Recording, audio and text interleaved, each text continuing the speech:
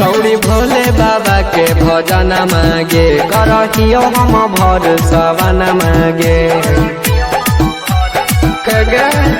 छौरी भोले बाबा के भजन मागे करहियो हम भर सवन मागे अगले के चिलम हम फुकहियो भोले बाबा से पगली तोरे मांगहियो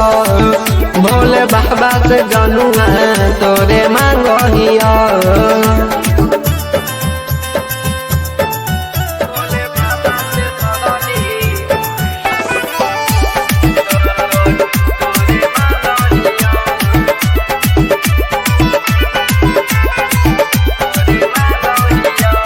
लेके कवर हम जैबो देवा घरवा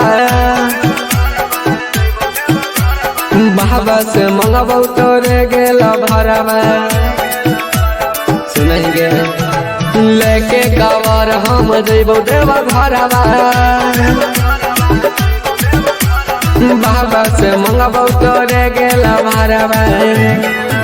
तोरे लागी भोरे भोरे हमर प्यारी गे करहियो हम रोज जलधारी गे अगले के चिलम हम फुकहियो भोले बाबा से पगली तोरे मांगहियो भोले बाबा से पगली तोरे मांगहियो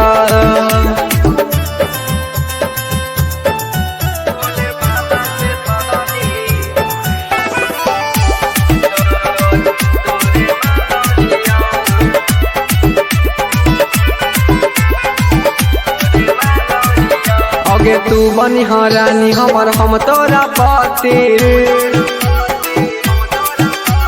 जैसे हथिन शिव साथे माता पार्वती सुनेंगे अगे तू बनी रानी हमर हम तोरा पति जैसे हथिन शिव साथे माता पार्वती करे अर के रौतन पर बिसावा सगे तोरा लागी चल जीव कोइला सगे अगले के चिलम हम फुकहियो भोले बाबा से पगली तोरे मांगहियो भोले बाबा से पगली तोरे मांगहियो।